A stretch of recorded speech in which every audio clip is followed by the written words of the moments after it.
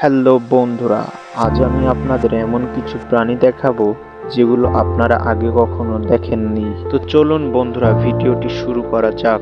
Biome হলো এমন এক অঞ্চল যেখানে তাপমাত্রা খুবই কম। এখানকার শীতকাল দীর্ঘনীয় এবং জীবনের উৎপাদনকাল সংক্ষিপ্ত। এখানকার মাটি খুবই ঠান্ডা, মাটির উর্বরতা খুবই কম। এখানে ছোট আকারের খুবই অল্প গাছপালা জন্মায়। বৃষ্টিপাত খুবই অল্প।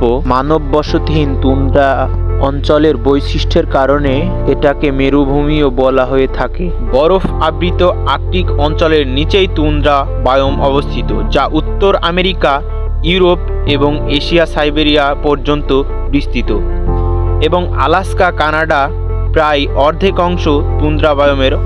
এখানকার বসবাসকারী প্রাণীদের ত্বকের নিচে পুরো চর্বি স্তর থাকে এবং গায়ের বর্ণ সাধারণত তুষারের মতো দাগ হয়। যথাযথ পরিবেশ না থাকার কারণে অনেক প্রজাতি বিলুপ্ত হয়ে যাচ্ছে।